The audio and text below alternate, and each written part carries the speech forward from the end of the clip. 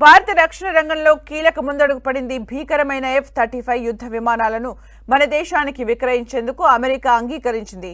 వాషింగ్టన్లో ప్రధాని మోదీతో భేటీ అనంతరం అగ్రరాజ్య అధ్యక్షుడు డొనాల్డ్ ట్రంప్ ఈ మేరకు ప్రకటన చేశారు. ప్రపంచంలోనే అగ్రశ్రేణి స్టెల్త్ ఫైటర్ జెట్లలో ఒకటైన లాక్హీడ్ మార్టిన్ F-35 లైట్నింగ్ రెండవ రకం యుద్ధ విమానాలను భారత్కు అందించేందుకు సిద్ధమంటూ అమెరికా అధ్యక్షుడు ట్రంప్ ప్రకటించారు. ఈ సంవత్సరం నుంచి భారతదేశానికి మిలిటరీ ఉత్పత్తుల అమ్మకాలను అనేక బిలియన్ డాలర్లకు పెంచుతామని, భారతదేశానికి F-35 స్టెల్త్ ఫైటర్లను అందించడానికి మార్గం సుగమం చేస్తున్నామన్నారు.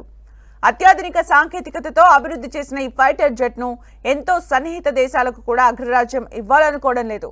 రష్యా నుంచి S-400 కొనుగోలు చేసిందని, నాటో కూటమి దేశమైన తుర్కీకు కూడా వీటిని విక్రయించబోమని గతంలో తేల్చి చెప్పింది.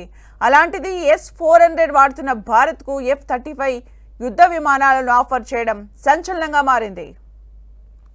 ప్రస్తుతం ప్రపంచవ్యాప్తంగా వాడకంలో ఉన్న 5వ తరం అత్యాధునిక యుద్ధ విమానం F-35.